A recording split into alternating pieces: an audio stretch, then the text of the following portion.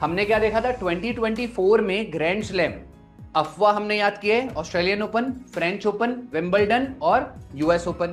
तो आपको बस ये याद रखना है, जो भी करंट में चलता है हम वो याद कर लेंगे। Recently Bulgaria became the 21st country, लिख लीजिएगा बल्गेरिया, ये है आपका न्यूज। उत्तर प्रदेश ने विस्टाडोम जंगल सफारी ट्रेन लॉन्च कर दी।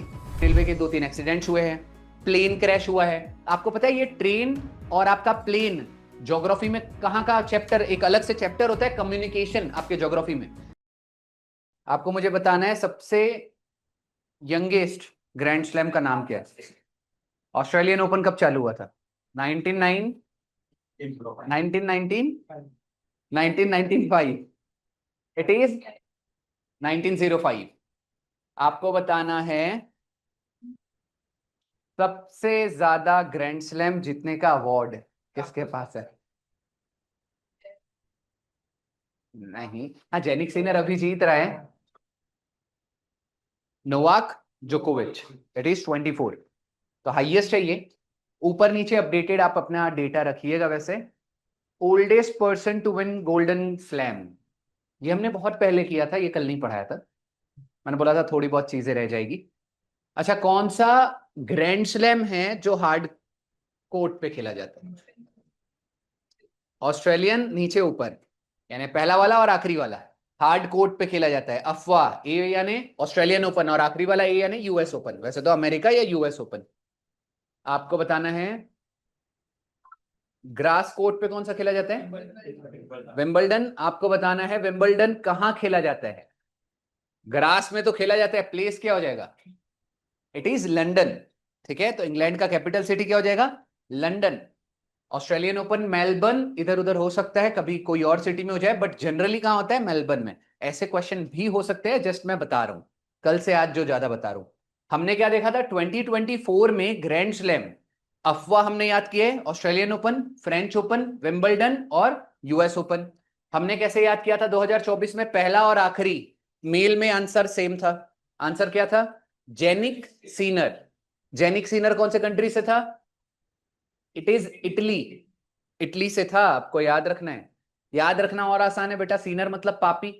आपकी इडली जो खाएगा वो पापी इंसान है। इटली पापी, पापी ऐसे आप याद कर सकते हो। वैसे आपको जैसे याद करना है कर लेना, मैं बस बता रहा हूं। इटली से आप कनेक्ट कर सकते हो। अब 2025 में पहला और आखिरी तो वो जीता ही है, एक एक्स्ट्रा और जीत लिया। कौन सा? विंबलडन। सो आपका 2025 का आपको पूरा याद हो जाना चाहिए। विंबलडन हाँ, तो इस बार आपको केवल एक ही आदमी याद रखिए, वो है आपका दूसरा नंबर। फ्रेंच ओपन इस साल कौन जीता? Carlos Alcaraz. अल्काजार मत कर देना, अल्काजार आपकी कार होती है, असली वाली कार। वैसे तो वो कौन से कंट्री से है? कार से एक्सीडेंट हुआ तो क्या होगा? स्पेन। स्पेन बेटा, याद रखना है ये सारी चीजें। ठीक है, और बाकी चीजें तो आपको पता ही है। ग्रैंड स्लैम हमने बहुत अच्छे से कर लिया। ये 2024, ये 2025। हाँ, 2025 में आपका 2024 का डेटा याद नहीं करना है, फीमेल्स का लेटेस्ट वाला डेटा याद करो। 2025 में फीमेल्स में कौन ने जीता था Australian open? It is medicine keys. तो याद रखना है मेडिसन, मेडिसन से मेडिसिन याद कर लेना। मेडिसिन, लेकिन मेडिसिन से आपको ऑस्ट्रेलियन ओपन क्यों याद रहेगा? बट डायरेक्ट याद करो, जो करना है करो, बस याद कर लो कि ऑस्ट्रेलियन ओपन 2025 में कौन सी फीमेल ने जीती है? मेडिसन कीज ने। आपकी फ्रेंच ओपन इस साल कौन ने जीती है? मैंने बताया था फ्रेंच फ्राइज खाने के बाद मीठा खाएंगे। मीठा मतलब चॉकलेट। चॉकलेट किससे बनती है? कोको।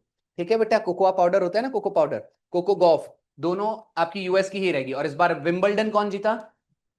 ईगा स्वीटेक कौन से कंट्री से? It is Poland. ठीक है, तो ईगा स्वीटेक। हाँ, फ्रेंच के बाद स्वीट खाते हैं तो स्वीटेक मत कर देना, वो कोको ही है। ठीक है, चलो अगला वाला देख लेते हैं। फर्स्ट वाला तो चलो नॉर्मल था, रोलैंड गैरोस, ये सारा चीज हमने देख लिया। ओल्डेस्ट पर्सन भी देख लिया, सबसे ज्यादा। हाँ, अगर आपको क्वेश्चन पूछ ले सबसे ज्यादा ग्रैंड स्लैम किसने जीता है और नोवाक जोकोविच ऑप्शन में ही ना हो, तो फीमेल एक है बेटा जिसका नाम है मार्गरेट कोर्ट।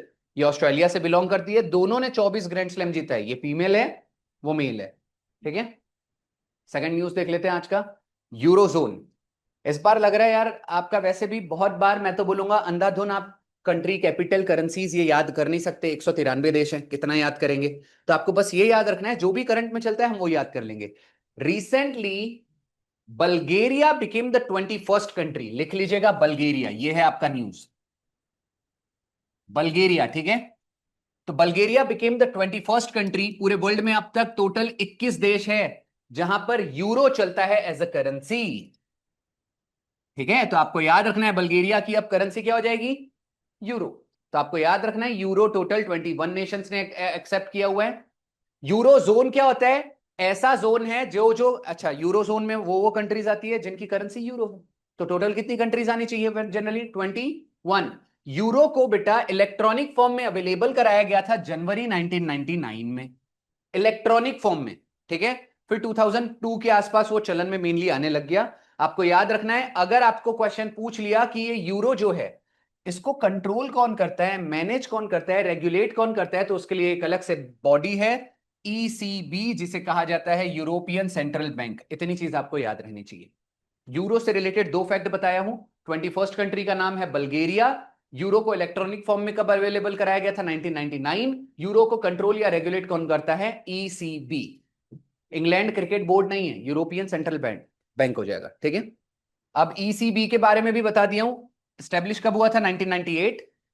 हेडक्वार्टर कहां हो जाएगा आपका, एम्स्टर्डम। ईयू, यूरोपियन यूनियन, पहले टोटल 27 मेंबर्स थे, फिर ब्रिटेन ने एग्जिट किया, उसके लिए एक टर्म बना था ब्रेग्जिट। ब्रेग्जिट का मतलब ही होता है ब्रिटेन एग्जिट।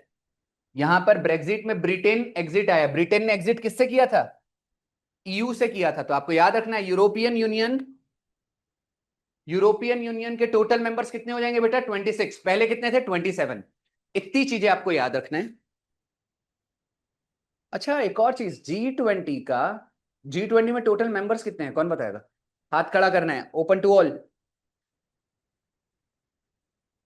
सोनल, G20 के total members, it is 21। G20 में 19 कंट्रीज है, ये याद रखिएगा। एक और चीज, G20 की बात चल रही है, G20 में टोटल मेंबर्स है 21, लेकिन अगर क्वेश्चन अच्छे से पढ़िएगा कि टोटल कंट्रीज अगर पूछेगा तो आंसर हो जाएगा 19+2। तो 19+2 में एक आता है ये EU, इसी से मुझे याद आया अभी। तो 19+1 EU हो गया, कितने हो गए, 20। और 21st यानी कि सबसे लेटेस्ट मेंबर है AU। AU मतलब क्या होता है, अफ्रीकन यूनियन। इतना आपको याद रखना है G20 के बारे में। अब G20 के बारे में इस साल आने के चांसेस क्यों है, क्योंकि बेटा पहली बार G20 का मीटिंग अफ्रीका में हो रहा है, वो भी साउथ अफ्रीका के अंदर, जोहानसबर्ग में इस साल हो जाएगा, ठीक है। तो आपको G20 के बारे में इतना याद रखना है। G20 का फुल फॉर्म क्या होता है, ग्रुप ऑफ 20। G20 स्टेब्लिश कब हुआ, मैं बोलूंगा एग्जैक्टली इसमें 2 0 मारो, कितना हो जाएगा 20 के आगे 2000 -1, 1999, यानी आसपास ही है, ठीक है। अगला देख लेते हैं। यूरोजोन मैंने बता दिया बेटा, वही जोन जो जो, जो कंट्री पहले 20 कंट्री में था यूरो, अभी 21st कंट्री कौन सी हो गई, बल्गेरिया, ठीक है। हाँ कुछ कंट्री है जो आप याद रख सकते हो, मैंने ये बना के रखा है बेटा, big SMS. Big SMS, big में आपका आ जाएगा Belgium, Italy, Germany, Greece. Big में स्क्वायर लगा लो, ये कंट्रीज है जहां पर euro as a currency accept की गई है, ठीक है। तो बिग एसएमएस में हो जाएगा स्लोवेनिया, माल्टा, स्लोवाकिया। तो मैंने आपको कितने बता दिए, लगभग 7 कंट्री बता दी, और एक बल्गेरिया आपका 8। 21 में 8 कंट्री आपके फिंगर टिप्स में है जहां यूरो चलता है। सीबीआई ने रिसेंटली स्टार्ट किया है एक ऑपरेशन चक्र। ऑपरेशन चक्र स्टार्ट किया गया है against cyber crimes and digital fraud scams. तो आपको याद रखना है, इस बार कोई ना कोई ऑपरेशन आपके एग्जाम में आ सकता है। फिलहाल हम ऑपरेशन चक्र की बात कर रहे हैं। ऑपरेशन चक्र किससे स्टार्ट हो रहा है, सी से, और सी से सीबीआई। कई बार ऐसे ही पूछा जाता है ऑपरेशन चक्र किसने स्टार्ट किया, आर्मी ने, नेवी ने, या किसने, तो लिख लीजिएगा ऑपरेशन चक्र स्टार्ट किया है सीबीआई ने। किसके लिए, साइबर क्राइम्स के लिए। इनका मेन जो फोकस रहेगा वो बेटा म्यूल बैंक अकाउंट्स के ऊपर है।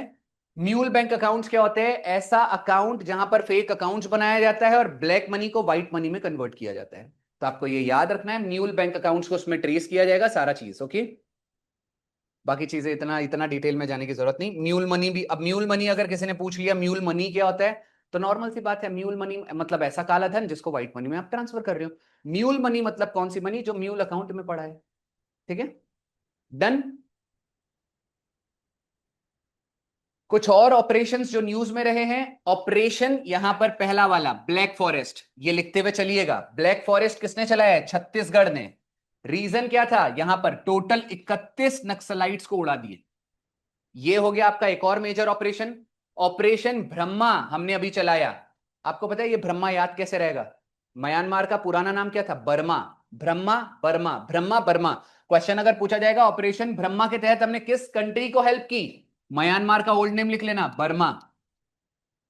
तो इजीली आपको याद हो सकता है ये। तीसरा देख रहे थे ऑपरेशन केलर। ये यहां पर कहां पर चलाया गया था बेटा? जम्मू एंड कश्मीर में। जम्मू एंड कश्मीर में नक्सल, वहां पर जो भी आपके टेररिस्ट होंगे उनको उड़ाने के लिए। ट्रू प्रॉमिस तो आपने देख के रखा है। मल्टीपल, ये ऑपरेशन ट्रू प्रॉमिस 3 है जो न्यूज में चल रहा है। ईरान ने इसराइल पर जो अटैक किया वो था operation true promise 3। Rising lion किसका था? इसराइल का था। स्पाइडर वेब किसका था? यूक्रेन ने जो हमला किया था बेटा रशिया पर। ऐसे क्वेश्चंस हो सकते हैं। और ऑपरेशन सर्द हवा बॉर्डर सिक्योरिटी फोर्स ने लॉन्च किया है जैसलमेर यानी कि राजस्थान में, कि भाई राजस्थान से कोई भी आतंकवादी इन्फिल्ट्रेट ना करे, भारत के अंदर ना घुस पाए। तो आपको ये याद रखना है, बीएसएफ राजस्थान जैसलमेर। जैसलमेर को क्या कहा जाता है? Yellow city of India. Yellow city. Jodhpur को क्या कहा जाता है? Blue city.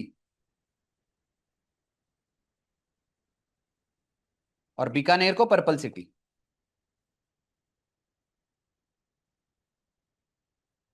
और उदयपुर को व्हाइट सिटी। याद रखना, लेकिन एक एग्जाम में मैंने देखा था उदयपुर का निकनेम पूछा था तो व्हाइट सिटी ऑप्शन में नहीं था, lake city of India. Lake city. और हमने न्यूज में क्या देखा है? वेटलैंड, फर्स्ट वेटलैंड सिटी है इंडिया की, कौन सी? उदयपुर। इतना चीज आपको याद रखना है। इसमें एक चीज नहीं है। ऑपरेशन क्या था अमेरिका का? बेटा एक क्वेश्चन, हाँ। नाइट और ब्लैक कुछ याद आ रहा है? Night, midnight, operation midnight hammer, भूलिएगा नहीं, ठीक है। ऑपरेशन यहां आ जाएगा आपका मिडनाइट हैमर। अच्छा, मैंने ये कुछ ऐसे ऑपरेशंस बीच बीच में ला लिए जो कहीं ना कहीं बहुत ही अनहाइलाइटेड वाले हैं। अदरवाइज मेजर मेजर अब आपको यहाँ ऑपरेशन सिंदूर नहीं। बेटा कोमल, कल केक खाया अच्छे से?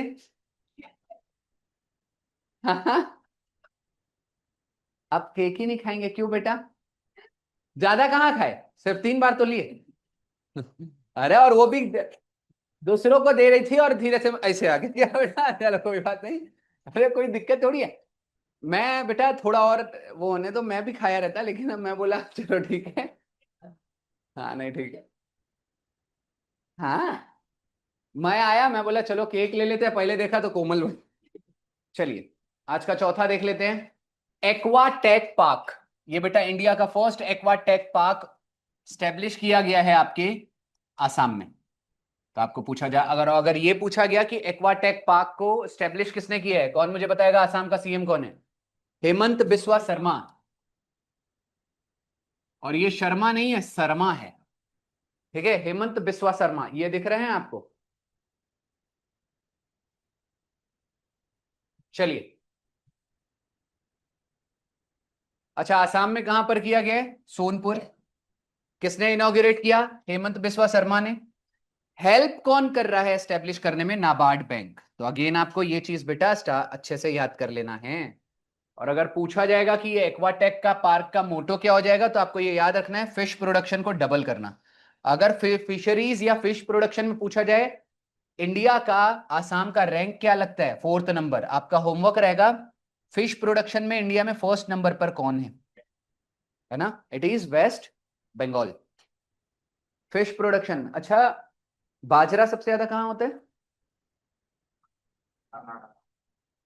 नहीं, महाराष्ट्र। जूट कहाँ होता है? It is Bengal again. लिख लीजिएगा जूट। कोल, अभी मिनरल्स के नई लेटेस्ट रिपोर्ट आई थी, कोल प्रोडक्शन में सबसे ज्यादा आगे कौन है? It is Orissa. अपडेटेड रहिएगा। कोल के अंदर ओ आ रहा है, ओ से उड़ीसा आप याद रख सकते हो, ठीक है। चलो हो गया। अच्छा, ये विस्टाडोम से याद आया, उत्तर प्रदेश ने विस्टाडोम जंगल सफारी ट्रेन लॉन्च कर दी। अगर विस्टाडोम इन्होंने डाला नहीं है, विस्टाडोम पता है ट्रेन कैसा होता है? वैसे तो बेटा इंडिया है, दूसरे तीसरे दिन वहां पान खा के कोई थूक देगा। आपका जो ट्रेन रहेगा वो पूरा ट्रांसपेरेंट, एक पूरा ग्लास वाला डोर, ग्लास वाला सब कुछ, ऊपर आगे पीछे, कितना मजा आने वाला है सोचो। चल रही है और आप बिल्कुल देख रहे हो। और मेरे को कल वहां स्टूडेंट बोलते सर कोई भालू वालू तोड़ दिया तो जंगल के अंदर। भाई वो आपका ग्लास मतलब वो ट्रांसपेरेंट रहता है, लेकिन उसकी ड्यूरेबिलिटी काफी अच्छी रहती है। और वैसे भी ग्लास मतलब वो ग्लास का नहीं रहेगा, वो फाइबर आइबर का रहेगा, लेकिन एकदम ट्रांसपेरेंट। अब एक बात बताइए, पहले दिन मैं बताता हूँ इंडिया में होता क्या है। पहले दिन डिवाइडर लेके, और वो भी खोला भी कहाँ गया, विस्टाडोम का आपका जंगल सफारी यूपी में।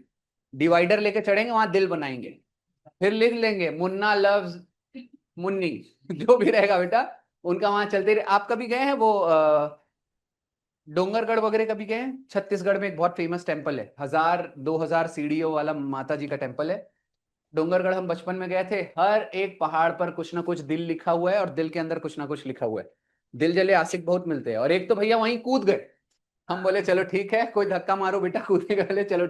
यूपी ने फिलहाल ये विस्टाडोम याद रखना है, हमारे इंडिया की फर्स्ट विस्टाडोम ट्रेन कहां चली थी, ये आपका अगेन होमवर्क रहेगा। हमने अभी क्या देखा, विस्टाडोम जंगल सफारी, ठीक है, ये कहां पर लॉन्च किया गया है? यूपी में। अगर क्वेश्चन पूछा जाएगा ये किससे कनेक्ट करेगा, तो आपको ये भी याद रखना है, कटरानी घाट वाइल्ड लाइफ सेंचुरी से कनेक्ट करेगा, दुधवा टाइगर रिजर्व। और यूपी में केवल इकलौता नेशनल पार्क है, और वो नेशनल पार्क का नाम भी दुधवा नेशनल पार्क है। दुधवा नेशनल पार्क यूपी में सिर्फ इकलौता नेशनल पार्क है, लिख लीजिएगा। जर्नी का टाइम क्या हो जाएगा, टोटल 4.5 घंटे की जर्नी रहेगी आपकी। और बेटा प्राइस क्या रखा गया है आपको, अगर वो जंगल सफारी करनी है, 275 रुपए। एग्जाम में आने नहीं वाला है, इसको स्किप कर दो, ठीक है। वो तो मैं बस बता दिया, हाईली अफोर्डेबल है, 275 रुपए में आप पूरा का पूरा जंगल सफारी कर सकते हैं। और अगर क्वेश्चन मल्टी लाइनर में पूछ ले कि कितने फॉरेस्ट को कनेक्ट करेगा, 3 फॉरेस्ट आपके सामने है, एक आपका दुधवाई हो गया, एक आपका कतरनी हो गया, और एक आपका किशनपुर हो गया। मल्टी लाइनर के लिए थोड़ा रेडी रहिएगा, कितने फॉरेस्ट को कनेक्ट करेगा, 3 फॉरेस्ट। 20 एक जंगल सफारी, एक नाइट सफारी भी चालू की गई थी यूपी में ही, ठीक है। नाइट सफारी इंडिया में फर्स्ट टाइम चालू किया गया था यूपी में। वर्ल्ड में पहली बार नाइट सफारी चालू किया गया था सिंगापुर में, लिख लीजिएगा। वर्ल्ड की फर्स्ट नाइट सफारी का कंसेप्ट ही सिंगापुर ने लाया। इस साल फॉरेस्ट रिपोर्ट रिलीज किया गया था, वैसे तो 2023 का फॉरेस्ट रिपोर्ट था, रिलीज किया गया 2024 में। आप मुझे बताएंगे व्हाट इज मैंग्रोव्स, मैंने बता चुका है पहले, व्हाट इज मैंग्रोव्स?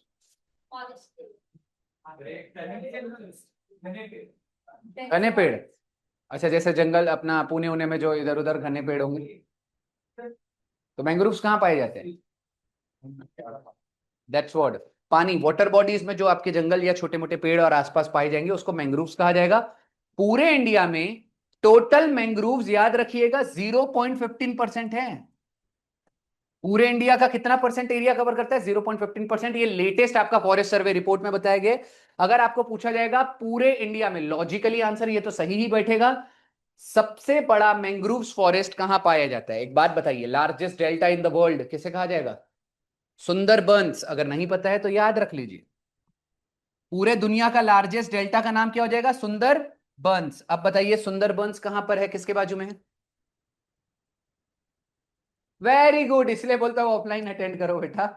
आपको याद रहना चाहिए सुंदरबंस, बे ऑफ बंगाल, बंगाल, वेस्ट बंगाल। तो आपको याद रखना है सुंदरबंस कहां आता है? वेस्ट बंगाल के आसपास, यानी वेस्ट बंगाल और बांग्लादेश की बाउंड्री में। वैसे तो बताना चाहूंगा मेजोरिटी सुंदरबंस जो है ना वो बांग्लादेश में, इंडिया का 5%, 20-25% थोड़ा आसपास ही है। बाकी मेजोरिटी अगर पूछा जाएगा सुंदरबंस का जो बाउंड्री है वो किसके साथ है? बांग्लादेश के साथ। सुंदरबंस का वन ऑफ द, मैं आपको एक स्पीसीज बता देता हूं किसकी, मैंग्रोव्स की, जिसका नाम है सुंदरी। ये भी एक पेड़ है, वैसे तो पूछा तो कुछ भी जा सकता है, बस मैं सुंदरबंस के बारे में छोटा मोटा बता दिया। वर्ल्ड का लार्जेस्ट डेल्टा है। एक और चीज, ज्योग्राफी का आपका एक पार्ट है, क्वेश्चन एक बार इतना सिंपल पूछा था लोगों को वो भी कठिन लगता है, इंडिया के किस पार्ट में एस्च्यूरीज पाए जाते हैं? तो मैं बताना चाहूंगा द वेस्टर्न पार्ट। रीजन क्या है? सबसे पहली चीज, चलो बेटा, ये है इंडिया। अब यहां पर है बेटा आपका वेस्टर्न घाट, यहां पर है आपका ईस्टर्न घाट। वेस्टर्न घाट से यहां से जो भी रिवर ओरिजिनेट होती है, वैसे तो आपको पता होना चाहिए इंडिया में 80% लगभग 70-80% जितनी भी आपकी मोर देन 80% वैसे तो रिवर होगी जो ईस्टर्न फ्लोइंग है। भारत में जितनी भी रिवर्स है वो सब की सब किस तरफ जाती है? ईस्ट की तरफ जाती है, यानी राइट साइड जाती है। तो मैं बताना चाहूंगा यहां पर जो वो लोग फॉर्म करते हैं, रिवर्स जो फॉर्म करती है वो होता है आपका ईस्टर्न साइड में डेल्टा। क्या फॉर्म करती है? डेल्टा। इतना समझ में आ गया? अब मैं बताना चाहूंगा यहां वेस्ट साइड में रिवर डेल्टा फॉर्म क्यों नहीं कर पाती। वेस्टर्न घाट अब यहां पर ट्रेवल करते करते बीच में ना बहुत बड़ा समतल एरिया क्रॉस कर रही है, तो स्पीड रिवर की बहुत ज्यादा नहीं होती है। वेस्टर्न घाट के तुरंत बाजू में आपका क्या आ जाता है? सी, अरेबियन सी है ये। यहां पर अरेबियन सी है, यहां पर बे ऑफ बंगाल है। तो यहां पर रिवर की स्पीड इतनी ज्यादा होती है तो अपने साथ वो जो भी डिपॉजिट कैरी करती है, छोटे मोटे कंकड़, रेती या कुछ भी चीज, वो जाके पूरा फ्लैट हो जाता है। तो यहां पर कभी डेल्टा वेस्टर्न साइड में फॉर्म नहीं हो पाता। लोग रट्टा मारते हैं कि यहां पर डेल्टा है, यहां पर एस्ट्यूरी है। रीजन याद करो कि यहां डेल्टा क्यों नहीं हो पा रहा है। डेल्टा मतलब क्या? यहां पर रिवर की स्पीड ज्यादा नहीं है, तो जो भी अपने साथ वो अपना डिपॉजिट लेके जा रही है वो जमा होते जा रहा है, जमा होते जा रहा है, जमा होते जा रहा है, तो एक वॉल लाइक स्ट्रक्चर वहां डेल्टा फॉर्म हो जाता है। लेकिन यहां पर डेल्टा फॉर्म क्यों नहीं होता? स्पीड के कारण।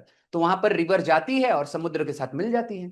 समुद्र के साथ मिलने पे इसको पहले तो एस्ट्यूरी, पहले तो मैं बताना चाहूंगा समुद्र के साथ जब कोई नदी मिलेगी, एक बात बताइए, समुद्र का जो खारा पानी है, अब आधा ग्लास पानी खारा है, उसमें मैं अगर मीठा पानी मिला दूं तो नॉर्मल सी बात है खारा पानी कम हो जाएगा। तो समुद्र का पानी यानी सी वाटर, सी वाटर प्लस रिवर, ये लिख लीजिएगा, इज इक्वल्स टू क्या हो जाएगा? एस्ट्यूरी। वहां का खारा पानी बहुत ज्यादा कम हो जाता है, वहां डेल्टा फॉर्म नहीं होता, वहां क्या फॉर्म होता है? एस्ट्यूरी। और वर्ल्ड का बेस्ट फिशिंग ग्राउंड क्रिएट होता है एस्ट्यूरीज, वहां पर फिश बहुत ज्यादा पाई जाती है। कुछ इंटरनेशनल समिट्स देख लेते हैं। जैसे अभी मैंने बताया था इस साल का G20 समिट अफ्रीका कॉन्टिनेंट में पहली बार रखा जा रहा है। कहां पर रखा जाएगा? जोहानसबर्ग। कोई मुझे बताएगा साउथ अफ्रीका का कैपिटल क्या है? केप टाउन, छोड़ दो,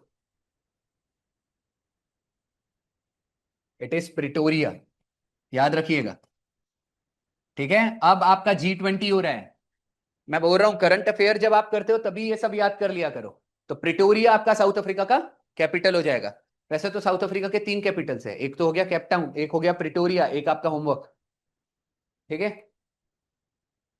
चलिए अगर इस साल का थीम पूछ लिया जाएगा तो आप याद रख सकते हो, ये तो सेस मैंने शॉर्टकट बना के रखा है, सॉलिडेरिटी, इक्वालिटी और सस्टेनेबिलिटी। ये है इस साल का थीम, कुछ भी भूलना ये नहीं भूलना है। G20 के बारे में एक और चीज नहीं भूलनी है। टोटल अभी मैंने बताया था कितनी कंट्रीज हैं? 19। एक है ईयू, एक है एयू। ईयू, ईयू का कैपिटल सॉरी हेडक्वार्टर कहां हो जाएगा? बेल्जियम। और एयू का हेडक्वार्टर अगर पूछ लिया जाए तो इथियोपिया। इथियोपिया नाम सुना है कभी? मैं बताना चाहूंगा अफ्रीकन कंट्री है, इसका कैपिटल है एडिस अबाबा, यहीं लिख लो। कैसा रे बाबा? और ये वर्ल्ड की फर्स्ट कंट्री है जिसने कॉफी ग्रो की थी, इथियोपिया। और सबसे ज्यादा कॉफी कौन ग्रो करता है? More than 90%। वर्ल्ड का 90% कॉफी एक लौती कंट्री है जो ग्रो करती है, वो है आपकी ब्राजील। लिख लीजिएगा, ब्राजील। इंडिया में जो कॉफी का टाइप पाया जाता है, कोई मुझे बताएगा वो कौन से टाइप की कॉफी इंडिया में पाई जाती है? इधर इट इज रोबस्टिका या अरेबिका। अब आपका बहुत अच्छा वाला, लास्ट टाइम भी शायद मैंने होमवर्क दिया था, रोबस्टिका एंड अरेबिका एक केरला में पाया जाता है और एक कर्नाटका में। और कर्नाटका में तो आपको पता ही होगा, जो जहां कॉफी एस्टेट पाए जाते हैं उसके लिए कुर्ग बहुत फेमस है। कुर्ग को स्कॉटलैंड ऑफ इंडिया कहा जाता है, ठीक है। चलिए अब हमने G20 देख लिया, G20 का स्टेब्लिशमेंट भी देख लिया था 1999। याद रखना हेडक्वार्टर कहीं पे नहीं है, ग्रुप ऑफ 20 का हेडक्वार्टर कहीं पे नहीं है। हो सकता है गलत स्टेटमेंट पहचानने बोल दे और वो बोल देगा हेडक्वार्टर इसका जेनेवा में, गलत, ठीक है। ब्रिक्स, अब एक और समिट देख लेते हैं ब्रिक्स की। ब्रिक्स का इस साल समिट कहां हुआ था? ब्राजील में, 2024 की बात है, ठीक है, ब्राजील। अब एक और चीज, ब्राजील का आपका, ब्राजील में कहां हुआ था? रियो दी जेनेरियो में। थीम याद रख लीजिएगा, स्ट्रेंथनिंग ग्लोबल साउथ कोऑपरेशन। और हां, 10th मेंबर ब्रिक्स का जो सबसे लेटेस्ट मेंबर है वो आपके सामने है, इंडोनेशिया।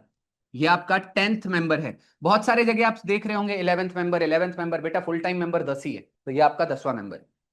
तो ब्रिक्स के 5 मेंबर तो मेरे ख्याल से सबको पता होगा, Brazil, Russia, India, China, south Africa. उसके बाद ये देखो, याद कैसे रखना है, छठवें नंबर पे यही लिखो, ये सिक्स्थ नंबर पे लिखना यूएई। अब ई पे खत्म हो रहा है तो सातवें नंबर ई से इजिप्ट, आठवें नंबर पे ई से इथियोपिया, बचे सिर्फ दो है, नाइन्थ नंबर पे ईरान है और 10वां नंबर आपका इंडोनेशिया है।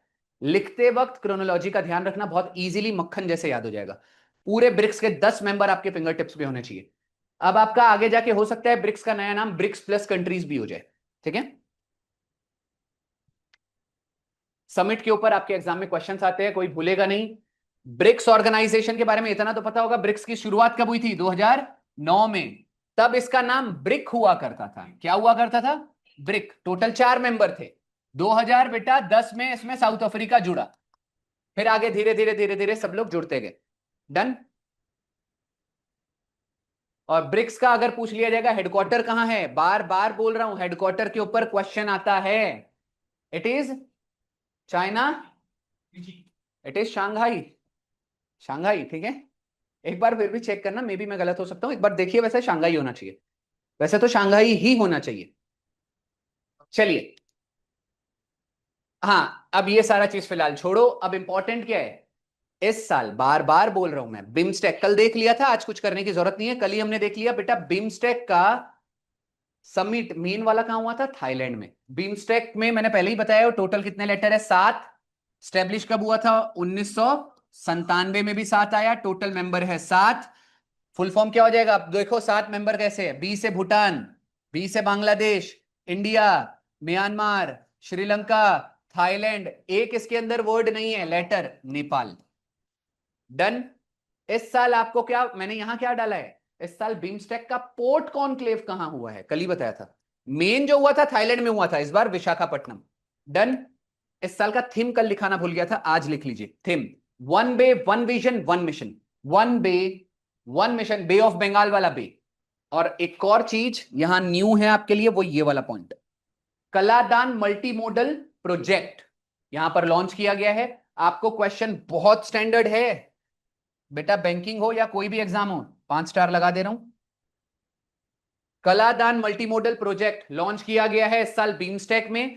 क्वेश्चन पूछा जा सकता है, इस प्रोजेक्ट के थ्रू हम 2 पोर्ट्स को कनेक्ट करेंगे, वो 2 कौन से आपके पोर्ट्स हो जाएंगे? तो आपको याद रखना है, कोलकाता पोर्ट को हम कनेक्ट करने वाले हैं सितवे पोर्ट म्यांमार से। तो आपको इतनी चीज याद रखनी है। पोर्ट्स के ऊपर वैसे भी क्वेश्चन होते हैं, अगर पोर्ट्स न्यूज में चल रहा है। सुपर स्टैंडर्ड वाला मैं आपको एक होमवर्क दे रहा हूं, टोटल मेजर पोर्ट्स 13 है। टोटल इंडिया में कितने मेजर पोर्ट है? 13। आपको क्वेश्चन आ सकता है इस बार कि मेजर पोर्ट्स वगैरह अच्छे से याद करके रखना है। डन। एक बार ना मेजर पोर्ट का मैप ही निकाल लेना, नॉर्थ टू साउथ लगाना सीख लो। वर्ल्ड फूड प्राइज 2025 है। ये किसने जीता है? वैसे तो बेटा ऑप्शन ही एक है। एक बार बताइए आपके लिए, कभी कभी मैं सोचता हूं बेटा आप आंसर करो अच्छे से, बताओ आंसर क्या होना चाहिए। है ना? तो आपको बेटा नहीं, आधा नाम गोली मारो, केवल इतना याद रखना है, फूड मतलब हम कब खाते हैं? जब भूख लगती। भूख लगने को इंग्लिश में क्या बोलते हैं? हंगर। तो हंगरिया याद रख लीजिए। इस साल का वर्ल्ड फूड प्राइज, ये मैं वैसे किसी इंडियन को मिला नहीं है, कवर नहीं कराने वाला था, लेकिन मैं कवर इसलिए करा रहा हूं क्योंकि इस प्राइज की शुरुआत आपके the father of green revolution आपके कौन है? MS स्वामीनाथन, उन्होंने नहीं किए। हाँ, वर्ल्ड फूड प्राइस बेटा फूड प्रोडक्शन के लिए बहुत सारे एग्रीकल्चर या उन लोग साइंटिस्ट अगर इंक्रीजमेंट के लिए कुछ काम करते हैं तो उनको दिया जाता है, ठीक है। जैसे ग्रीन रिवॉल्यूशन से हमने भारत में किस चीज की डेवलपमेंट की थी? नॉर्मल सी बात है, हरित क्रांति में हमने गेहूं उगाया, चावल उगाया, जितने भी मोटे मोटे क्रॉप्स थे वो सारा चीज हमने उस पर फोकस किया था। वैसे मुझे कोई बताएगा वर्ल्ड फूड डे कब मनाया जाता है? इट इज 16 अक्टूबर, लिख लीजिएगा। वर्ल्ड फूड डे 16 अक्टूबर चाहिए। शाकंभरी फेस्टिवल जो कि 3 दिन के लिए मनाया जाता है, हर साल जनरली जून या जुलाई के बीच में आता है शाकंभरी फेस्टिवल। तो आपको याद रखना है, ये हर साल मनाया जाएगा आपके आंध्र प्रदेश में। आंध्र प्रदेश में इस बार हमने देखा था आपका फ्लेमिंगो फेस्टिवल, याद रखना है। फ्लेमिंगोज आपके बर्ड होते हैं। हमने हमेशा पक्का पागा हॉर्नबिल फेस्टिवल देखा, कहां मनाया जाता है? पक्का पागा हॉर्नबिल फेस्टिवल कहां मनाया जाएगा? It is Arunachal Pradesh. बेटा नागालैंड में हॉर्नबिल फेस्टिवल है, ये पक्के पागा है। अगर वर्ड में पक्के पागा लग जाए तो वो कहां मनाया जाता है? अरुणाचल प्रदेश। आपके कर्नाटका, वैसे तो कर्नाटका में बहुत सारे फेस्टिवल है, वैसे मुझे तेलंगाना का मैंने एक रट्टा मरवा के रखा है। कौन सा फेस्टिवल था वो? कच्चीपुड़ी। बेटा तुम नाचना नाचना वो डांस है। टोटल, अच्छा डांस से मुझे याद आया, इंडिया में टोटल क्लासिकल डांस कितने हैं? Total classical dance open to all. बेटा युक्ति, फ्रेंच ओपन आपने कब, अच्छा आधा घंटा पहले आंसर दिया था क्या? आंसर क्या होना चाहिए? 7। 7 is my favourite number, but answer गलत है बेटा। It is 9। नाइन्थ वाला 6 था। ठीक है, तो आपको ये याद रखना है कि टोटल क्लासिकल डांस इंडिया में 9 है। अब देखो, ये आप रेलवे की जो एग्जाम दे रहे हो, वहां पर कई बार ना अलग से आर्ट एंड कल्चर से क्वेश्चंस आते हैं। तो वहां पता है क्वेश्चंस कैसे होते हैं? Which among the following is not a classical dance. तो आपको क्लासिकल डांस 9 के 9 देख के रखने चाहिए, बहुत छोटी सी लिस्ट है, देख के रख लेना। इस बार मुझे लग रहा है क्लासिकल डांस वगैरह पे क्वेश्चंस आने के चांसेस, वैसे तो कुछ भी पूछ सकते हैं, स्टैटिक जी के इतना बड़ा है, फिर भी मैं प्रिडिक्ट करते रहता हूं ये होगा वो होगा ऐसा होगा वैसा होगा। रीजन क्या है? इस साल हमने total 5 new classical language add की है इंडियन लिस्ट में। तो भारत में अभी हाल फिलहाल में आपके पास टोटल, याद रखिएगा, 11 क्लासिकल लैंग्वेजेस है। पहले से 5 थी, न्यू 6 ऐड हुई है। याद रखने का तरीका, मैप ऑफ बंगाल। क्या है? Map of Bengal. तो बेटा ये न्यू 5 लैंग्वेज है। एम से हो जाएगा मराठी, ए से हो जाएगा आसामीज, पी से हो जाएगा प्रकृत, पी से हो जाएगा पाली। तो अब मैं बताता हूं हिस्ट्री पे आने के क्या चांसेस है। हिस्ट्री नॉर्मल सी बात है, प्रकृत, प्रकृत न्यूज में चल रहा है। एंशियंट हिस्ट्री बेटा टाइट कर लो, प्रकृत भाषा में जैन टेक्स्ट लिखे जाते थे। जैनिज्म के जितने भी एंशियंट टेक्स्ट थे, जितनी भी उनकी बुक्स थी, स्क्रिप्चर था, वो कौन सी भाषा में लिखा जाता था? प्रकृत में। इस बार हाईली चांसेस है जैनिज्म पे क्वेश्चन आएगा ही आएगा। अब एक और भाषा है पाली। पाली भाषा, बुद्धिस्ट टेक्स्ट, आपके जितने भी बुद्धिज्म के स्क्रिप्चर्स होते थे या रिलीजियस टेक्स्ट होते थे, वो पाली भाषा में लिखे जाते थे।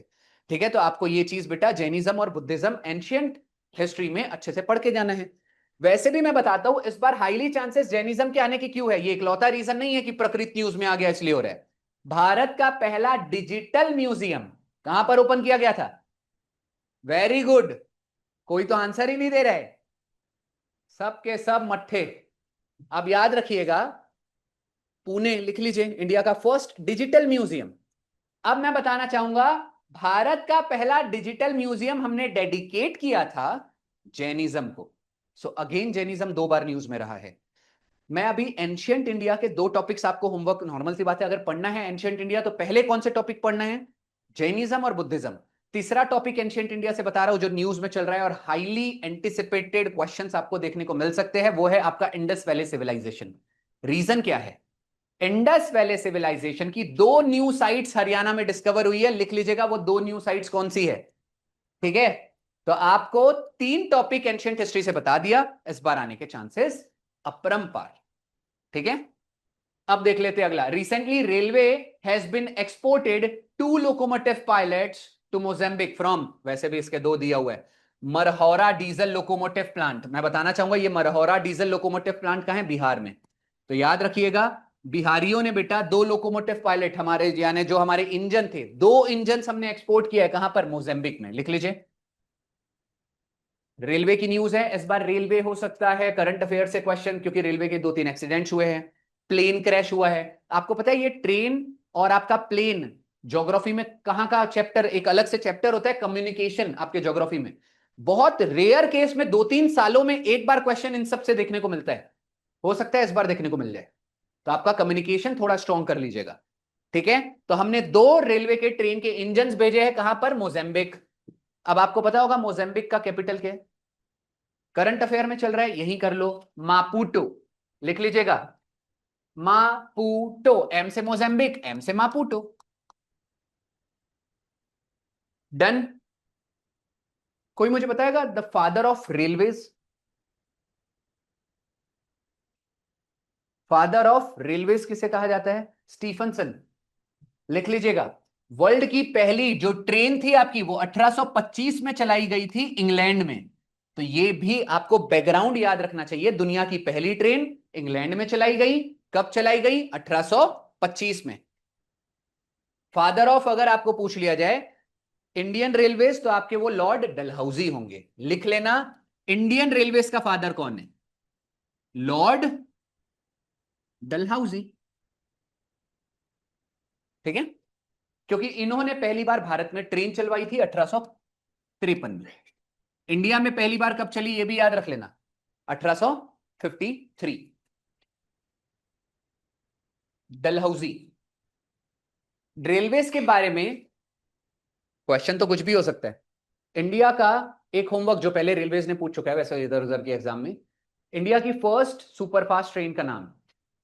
इंडिया की फर्स्ट सुपरफास्ट ट्रेन, होमवर्क। हाँ, कौन सी? कौन बोला ये? कौन बोला? काय म्हटले असा कोणाचं नाव घ्यायचं नाही। हाँ वेरी गुड बेटा। अगला वाला देख लेते हैं फिलहाल। PEN Pinter prize. बेटा इस बार लीला को मिला गया है, लाइला या लीला जो भी आपको करना है, ये इनको पेन पिंटर प्राइज दिया गया है। पेन पिंटर प्राइज किसको मिलता है बेटा? जो बुक्स लिखते हैं, ठीक है, ऑथर्स के लिए होता है। एक और चीज मैं बताना चाहूंगा, ये बानू बानू है, ये बानू मुश्ताक। बानू मुश्ताक को इस बार इंटरनेशनल बुकर प्राइज मिला है। International Booker prize. मैं बताना चाहूंगा, कुछ भी भूल जाना, लेकिन ये वाला नाम बेटा भूलना पाप है, नदी किनारे साफ है। आपको ये याद रखना है, बानू मुश्ताक। इस बार यूनिक चीज की हुई है, ये पहली लेडी नहीं है भारत की जिसको इंटरनेशनल बुकर प्राइज मिला हो। पहले इसके पहले एक फीमेल को और मिल चुका था, जिनका द टूम्ब ऑफ सैंड, उनकी बुक का नाम था, क्या नाम था? The tomb of sand. Geetanjali Shree. क्या नाम था उनका?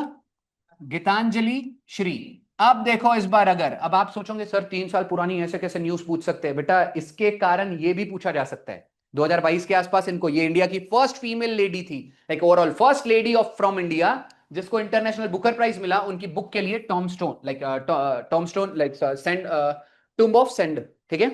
अच्छा एक और चीज, इसका वैसे जो प्रोनाउंसिएशन है वो टॉम होता है, बी साइलेंट है।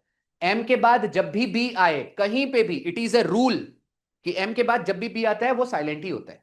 ठीक है। अब बानू मुश्ताक का जो बुक है, उसके बुक का नाम है heart of lamp. The heart of lamp. अब इस बार यूनिक चीज क्यों है जो आपको ये भूलना नहीं चाहिए? ऐसा पहली बार हुआ है कि इंटरनेशनल बुकर प्राइज किसी फीमेल को या किसी इंडियन को दिया जा रहा है उनकी किसी बुक के लिए। वैसे तो इंटरनेशनल बुकर प्राइज और बुकर प्राइज में फर्क क्या है, पहले ये आपको पता होना चाहिए। बुकर प्राइज ओरिजिनल बुक के लिए दिया जाता है, ठीक है, और इंटरनेशनल बुकर प्राइज एक बुक लिखी गई होगी, उसको किसी ने इंग्लिश में ट्रांसलेट किया, फाइनली फिर उसको दिया जाता है। ये समझ में आ रहा है? तो जब गीतांजलि श्री को Booker prize, international Booker prize मिला था, तो उनकी ओरिजिनल बुक कोई और भाषा में थी, उसको किसी फॉरेन ऑथर ने ट्रांसलेट किया था, तो दोनों ने डिवाइड किया था। इस बार क्या हुआ है, लिखा भी किसी इंडियन ने है और ट्रांसलेट भी किसी इंडियन ने किया है, तो ये अपने आप में बेटा डीओ की जोड़ी हो रहा है, सब पहली बार हुआ है। तो आपको याद रखना है, ये बुक को ट्रांसलेट किया था दीपा भस्ती। इस बार ये हो जाएगा लोगों के लिए टफेस्ट। बानू मुश्ताक का नाम हर जगह लिया जा रहा है, लेकिन ट्रांसलेट जिसने किया उसका नाम ही नहीं लिया जा रहा है, तो इसको स्टार कर लेना कि आपकी बुक को ट्रांसलेट किसने किया था, the heart of lamp, Deepa भस्ती।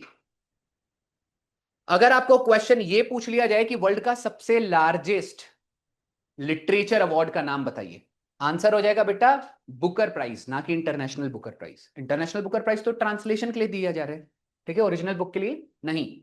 Modi ji के प्राइवेट सेक्रेटरी, और प्राइवेट सेक्रेटरी में फोटो देखिए, वाह वाह वाह, मतलब आदमी ही प्राइवेट हो गया। चलो बेटा, निधि तिवारी, ठीक है। अच्छा रेखा गुप्ता आपकी तो बेटा ये फोर्थ सीएम बन चुकी है, कहां की? दिल्ली की, लेकिन फोर्थ फीमेल सीएम बनी है। अब तक 4 फीमेल सीएम दिल्ली के लिए सर्व कर चुके हैं। पहली सीएम का नाम था सुषमा स्वराज। हो सकता है यही क्वेश्चन आ जाए, दिल्ली की फर्स्ट फीमेल सीएम का नाम बताओ, या क्वेश्चन ये हो सकता है कि बताइए लॉन्गेस्ट सर्विंग फीमेल सीएम का नाम बताइए। शीला की दीक्षित, दीक्षित, शीला दीक्षित। तो आपको ये भी याद रखना है। और थर्ड नंबर की तो आपको याद ही होगा, इसके पहले वो बड़े मुश्किल से 1-2 महीने के लिए बनी थी, मार लेना, उनका नाम मेरे को आधा याद आ रहा है ना, सरनेम था मार लेना, ठीक है, देख लेना बेटा। याद रख लीजिए, 4 के चारों। अब यूपीएससी में मैं बताता हूं यूपीएससी वालों की आदत क्या है, ये चारों नाम देते हैं, रीशफल करते हैं और बोलते हैं क्रोनोलॉजिकल ऑर्डर में दिल्ली के सीएम लगा दो। तो उन लोग ये सारी चीजें याद रखने की उनकी आदत है। मैंने पहला भी बता दिया, दूसरा भी बता दिया। स्टार्टिंग के 2 नाम तो इसलिए इंपॉर्टेंट है, ये तो इंपॉर्टेंट इसलिए फर्स्ट है, ये इंपॉर्टेंट इसलिए कि आज तक जितनी भी पूरी महिलाएं, आज तक बताऊं जब से भारत आजाद हुआ है, बड़े मुश्किल से 18 महिलाएं सीएम बनी है, उनमें सबसे लॉन्गेस्ट सर्विंग ये है। इसका रिकॉर्ड मेरे ख्याल से तोड़ चुकी है, इसी साल तोड़ा होगा, मैं बोला था अगस्त में टूटेगा, इसी साल तोड़ देगी। आपकी वेस्ट बंगाल की कौन है, हमारी ममता बनर्जी, इनका रिकॉर्ड तोड़ दी होगी शायद। चलो देख लेंगे, फिलहाल आपको इतनी चीज याद रखनी है। अब लिख लेते हैं, which among the following won the, ये तो कल ही देख लिया, बेस्ट, ये है आपका टेब्ल्यू। अच्छा, यूपी का मैंने थीम नहीं बताया था, यूपी को बेस्ट टेब्ल्यू अवार्ड मिला, लिख लीजिए उनके थीम का नाम, महाकुंभ। नॉर्मल सी बात है, याद रखना आसान है, इस बार महाकुंभ हुआ है, ठीक है। अच्छा, मैंने बीटिंग द रिट्रीट सेरेमनी बताया था, कौन मुझे बताएगा बीटिंग द रिट्रीट सेरेमनी कहां रखी गई थी? अच्छा, कब होता है? 29 जनवरी। 26 जनवरी राष्ट्रपति, 27 जनवरी पीएम, 28 जनवरी वो बोलेगा रेस्ट करने दो, 29 जनवरी को बोलेगा अब टनाटन खाओ।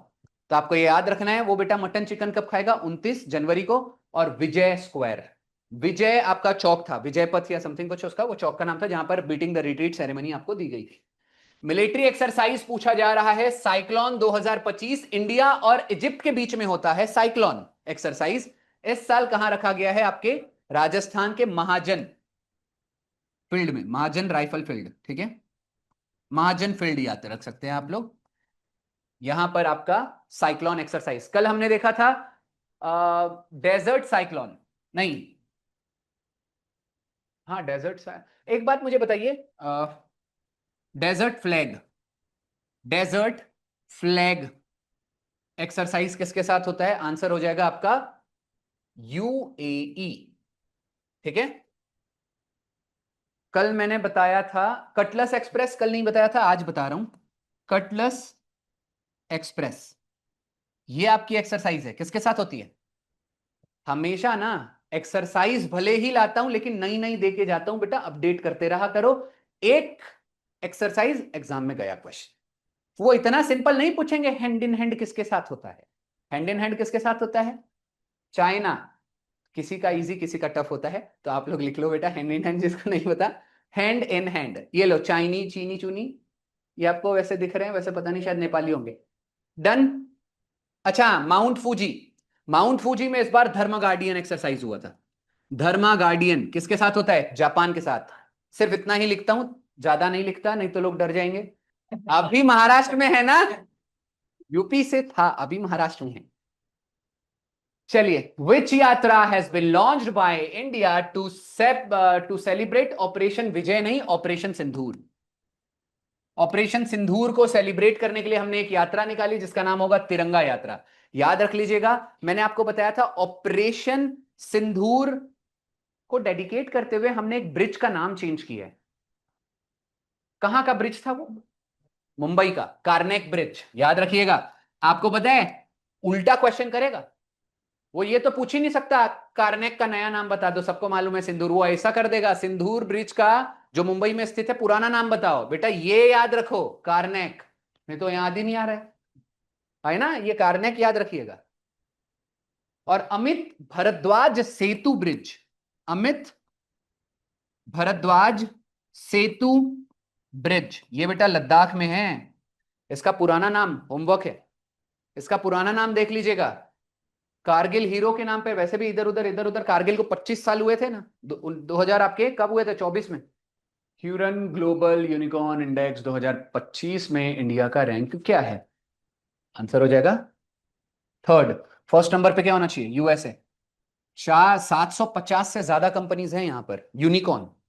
सेकंड नंबर पे कौन होना चाहिए? चाइना,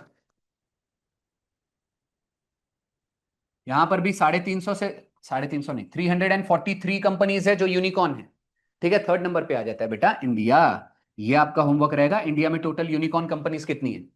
अच्छा, अगर किसी को यूनिकॉर्न कंपनी नहीं पता होगा तो ऐसी कंपनी जिसकी मार्केट कैप बेटा 8,000 करोड़, वैसे तो अब 8,000 होएगा ही नहीं, 8,800 करोड़ से ज्यादा हो, वो आपकी यूनिकॉर्न कंपनीज में शामिल हो जाती है।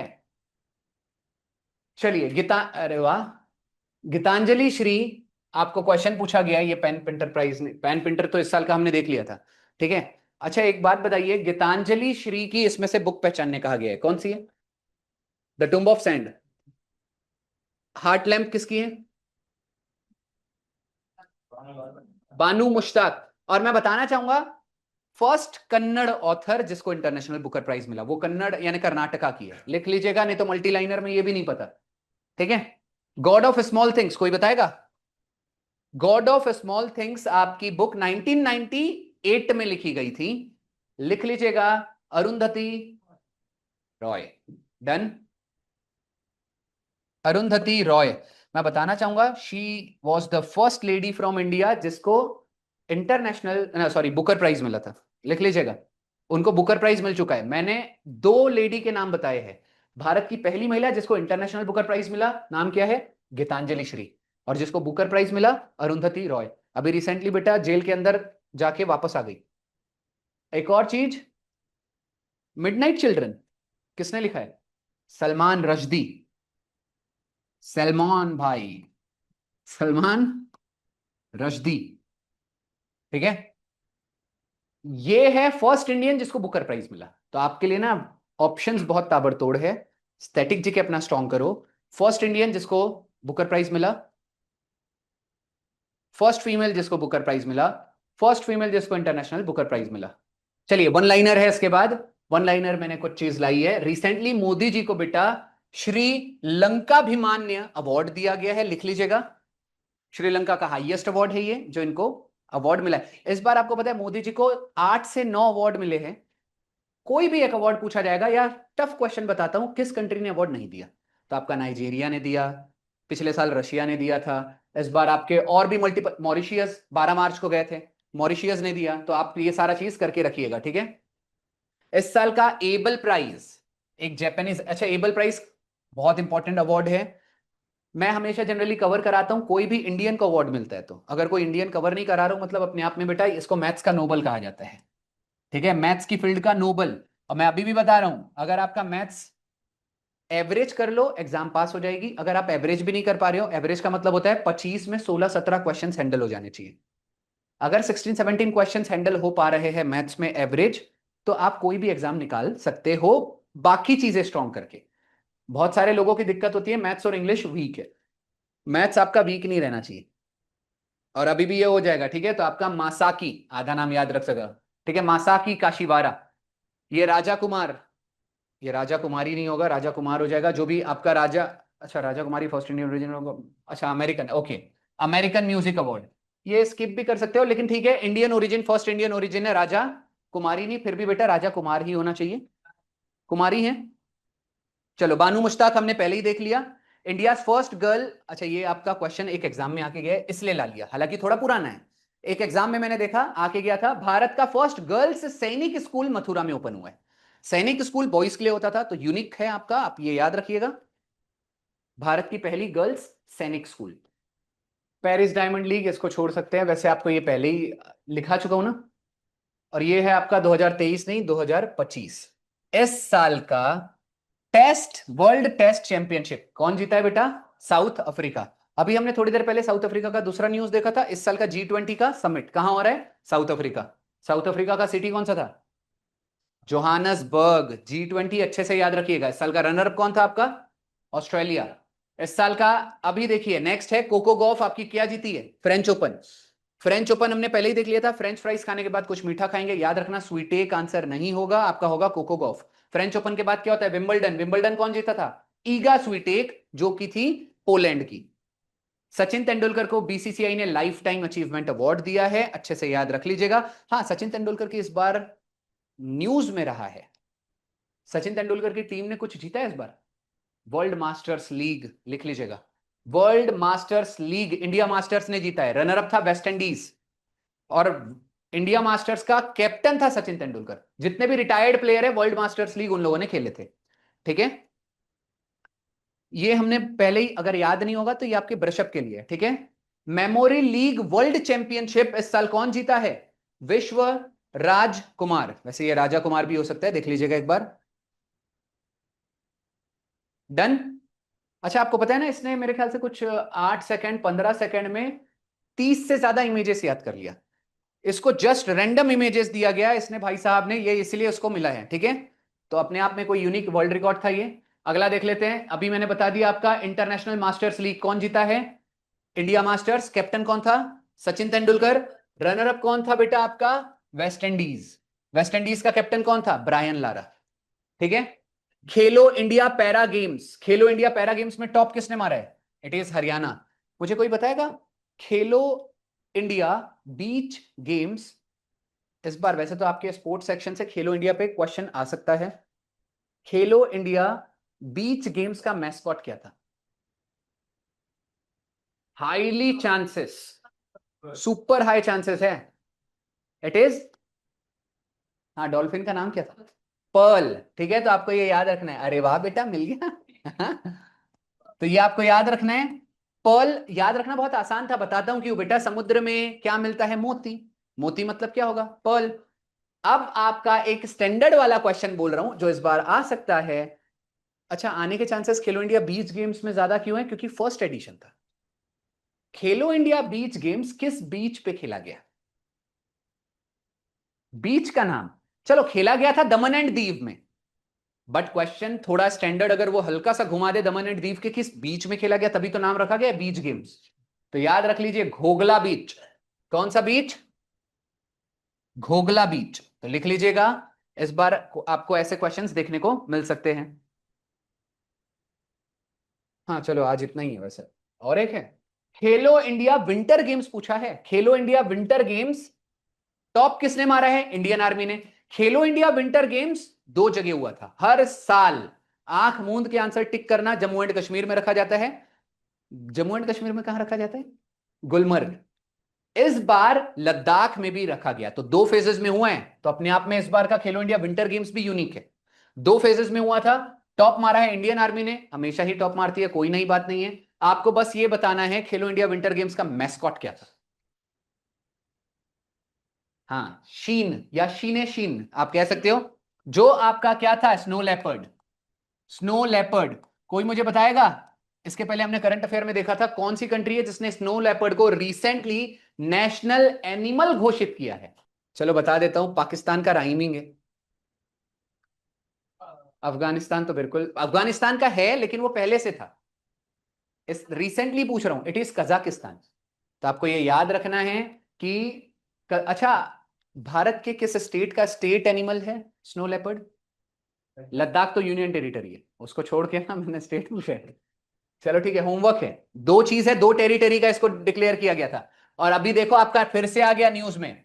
खेलो इंडिया बीच गेम को इनॉग्रेट किसने किया है? लॉजिकल होना चाहिए, स्पोर्ट्स मिनिस्टर कौन है बेटा? पढ़ाई करते वक्त मन दुखी हो जाता है, लेकिन खेल खेलते वक्त मन सुख हो जाता है। मन सुख मांडविया, मन में खुशी का संचार होने लगता है। तो आप ये याद रख सकते हो। नेक्स्ट है, इंडिया का first space tourist. Shubhanshu Shukla answer मत कर देना। वो स्पेस स्टेशन में जाने वाला पहला भारतीय बना है। मैं सोच रहा था आपको क्वेश्चन घुमा दिया जा सकता है। स्पेस टूरिस्ट का आंसर आएगा तो गोपी। आधा ही नाम याद रखो, मिस्टर गोपी। गोपी साउथ इंडियन बहुत फेमस एक्टर है, ठीक है। गोपी पता है ना? नहीं पता है, कोई बात नहीं, देख लेना, आप सबने देखा होगा। देखो स्पेस पे इस बार ना कंफ्यूजन कैसे होगा। First man who went to space, wing commander Rakesh Sharma. First Indian who went to international space station, Shubhanshu Shukla. First Indian space tourist, answer हो जाएगा गोपी। डन। वैसे भी बेटा गोपी भगवान, भगवान ऊपर पाए जा, इजी, आप याद कर लेना बेटा। अगला देख लेते हैं। वर्ल्ड का first airlift portable hospital, Bheeshma.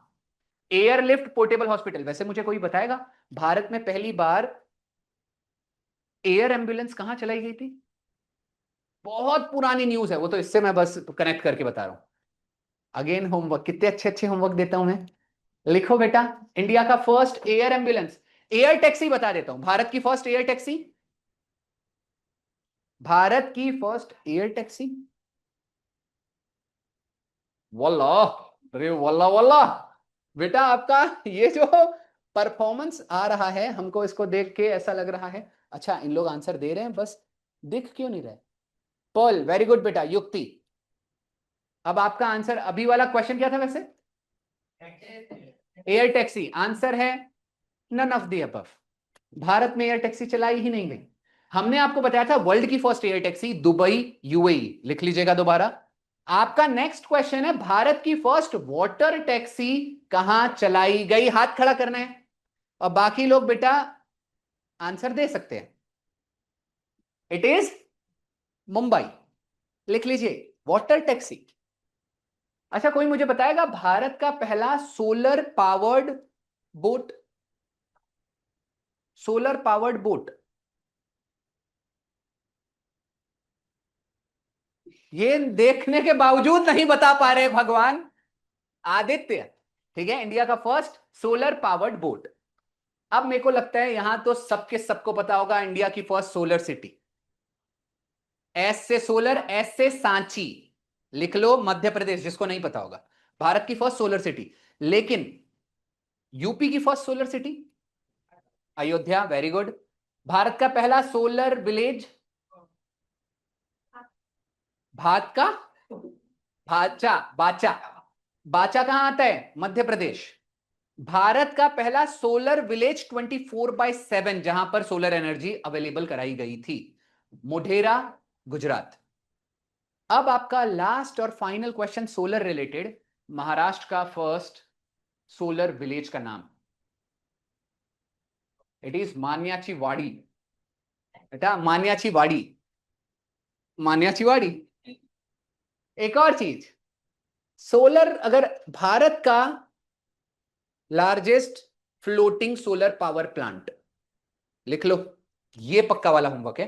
Bharat का पहला अगर सोलर पावर प्लांट अगर पूछा जाएगा तो may be it is Rajasthan और समथिंग।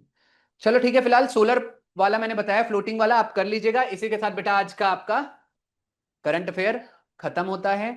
बहुत अच्छे से आप लोगों को क्या करना है, रिकॉल करना है। आप लोगों को पहले हमने क्या कराया था, पॉलिटी। पॉलिटी आपका अच्छे से है, हाँ मैंने बताना भूल गया था, आज 100 तक के आर्टिकल पे टेस्ट लेने था वाला था ना। अच्छा 100 तक नहीं, आपका कहां तक कराया हूं मैंने, 78। बहुत अच्छे से 78 तक तो आपका पीएमवीएम सब हो चुका है। चलो देख लेते हैं कौन मेरे को अच्छे से आंसर देगा इस बार। हाईली चांसेस है, सुपर हाईली चांसेस। और देख लेना, मैं आपको जब बेटा बोल दिया ना ये क्वेश्चन आने वाला है, आसपास क्वेश्चन आ जाता है, टॉपिक से तो आता ही आता है। हो सकता है भाई इधर उधर ना हो, जो करंट में चल रहा है आप लोगों को आगे जाके आप खुद प्रिडिक्ट कर सकते हो कि आपके एग्जाम में इधर उधर से ऐसे ऐसे क्वेश्चन बनते हैं। करंट में जो चल रहा है क्वेश्चन वही बनेगा। फिलहाल आपको बताना है, वाइस प्रेसिडेंट अभी इंडिया के हमारे रेजिग्नेशन दे के चले गए, आर्टिकल बताइए। वाइस प्रेसिडेंट जो रेजिग्नेशन देता है उसका आर्टिकल क्या है? 60 इलेक्शन ऑफ प्रेसिडेंट है वो, vice president sorry, 63 president, vice president of India है बेटा। मेरी टेस्ट नहीं लो, अच्छे से उधर, यानी आप चाहते हो कि आप गलत बोलोगे। हाँ बेटा 68, it is time to hold the election to fill the vacancy of vice president, you are wrong. Answer है, आज शायद आपने दिया था, आपका नाम था अभिषेक। आंसर क्या था बेटा? 67 में लिखा गया है टेन्योर, और टेन्योर 5 साल का होता है, और 5 साल का ना हो तो अच्छा एग्जैक्ट आंसर होगा 67 क्लॉज 2। इस बार मुझे लग रहा है ये क्लॉज 2 पे क्वेश्चन आ सकता है। कई बार ना क्लॉजेस पे क्वेश्चन आते हैं, क्लॉजेस पे क्वेश्चन इजी एग्जाम में तभी आते हैं जब चीजें न्यूज में चल रही है। इस बार लिख के रख लो, सब लोग लिखो 67 क्लॉज 2, कुछ भी भूलना ये मत भूलना, क्योंकि हमारे वाइस प्रेसिडेंट ऑफ इंडिया ने रेजिग्नेशन दिया है और आर्टिकल आपको याद रखना है 67 है टेन्योर, और 67 का क्लॉज 2, क्लॉज 2 कैसे लिखते हैं, ब्रैकेट के अंदर 2, ठीक है, 67 ब्रैकेट के अंदर 2, आंसर होगा resignation by Jagdeep Dhankhar, the vice president of India. Jagdeep Dhankhar कहां के थे वैसे, शायद राजस्थान के है, गवर्नर थे वेस्ट बंगाल के, ठीक है। राजस्थान में कहां से? झुंझुन। चलो ठीक है बेटा, इसी के साथ आपका आज क्लास खत्म होता है, सब लोग अच्छे से करेंगे। एक और, चलो एक क्वेश्चन और कर लेते हैं ना, आपकी पढ़ाई कैसी चल रही है पता चल जाएगी। और थोड़ा सा सीरियस हो जाइए, थोड़ा बहुत रिकॉल करते रहिए। आपको कभी भी ऐसे नहीं होना चाहिए, ये आर्टिकल्स तो बेटा एबीसीडी है, आप कभी एबीसीडी भूले नहीं, क्योंकि आपको बचपन में पढ़ाया गया था। उठे सुठे, रात को सोते जगते, खाते पीते, दौड़ते खेलते, सब जगह एक चीज करनी है, अपने रूम में बाजू में आर्टिकल्स की एक छोटी सी लिस्ट खुद ही बना लो। पहले 12 से 35 याद कर लो, फिर 36 से 51 याद कर लो, फिर 52 से 78 याद कर लो। 3 स्टेप मैंने बता दिए।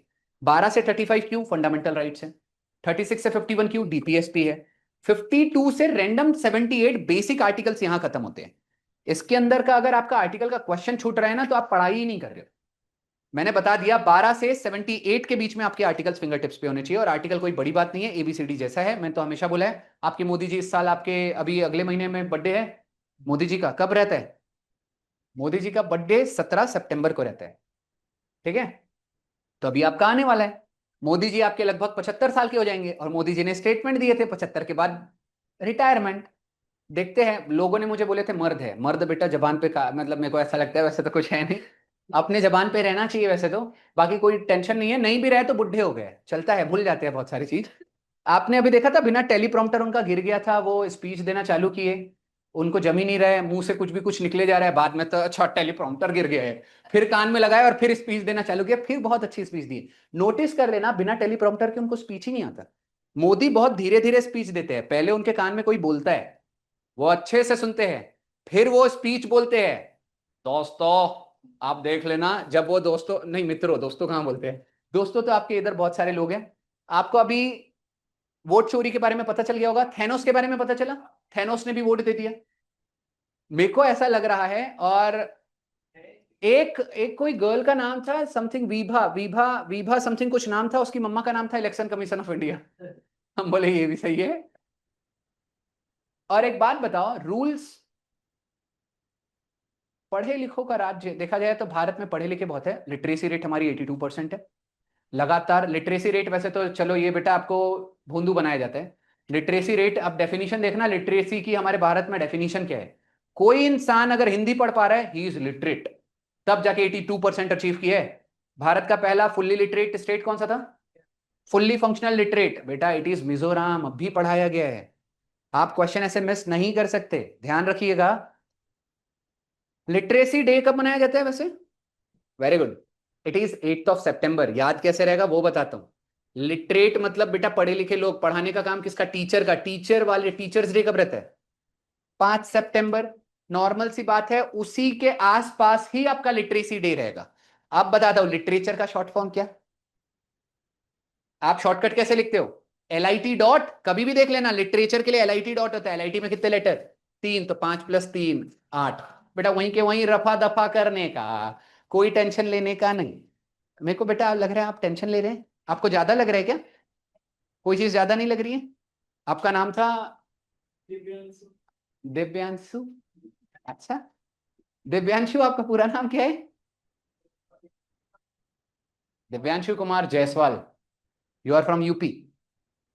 All good. आप प्रिपरेशन कर रहे थे आई थिंक एयरफोर्स, XY, है ना? मैथ्स आपका अच्छा था, इंग्लिश आपका अच्छा था। It is my guarantee, one single attempt में pass, no left no right. Guarantee मतलब एकदम अच्छे से सिर्फ पढ़ो। मैंने आपको बुक दी थी, नहीं पता? बेटा पता होना चाहिए, है ना? अभी मैं बताता हूँ, एक दो बुक्स बता रहा हूँ, एक दो सोर्सेज बता रहा हूँ, अच्छे से करो। और सारे लोगों को अच्छे से पढ़ना है।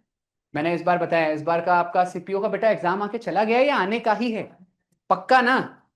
और मैं पहले ही बता रहा हूं, ये सारी चीजें आपकी वेस्ट नहीं होगी।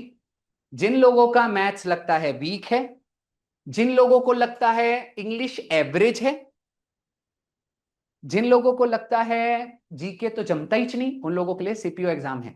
ठीक है? ठीक ठाक पढ़ाई कर लो।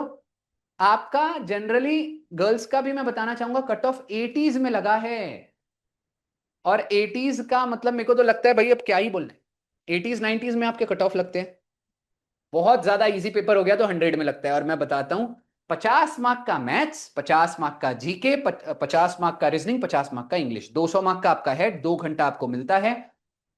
मैं सच बता रहा हूँ, लेवल बहुत ही ज्यादा उसका है नहीं, उसमें कंपटीशन इसलिए नहीं है, कई सारे लोग बेटा ऐसे फोर्सेस में जाना नहीं चाहते, लेकिन मैं बोल रहा हूँ एटलीस्ट अपना कॉन्फिडेंस लेवल बूस्ट कर सकते हो, इतने दिन से पढ़ रहे हो, कोई एक आधा एग्जाम निकाल के घर पे बता दो। आपका दिन शुभ हो, धन्यवाद।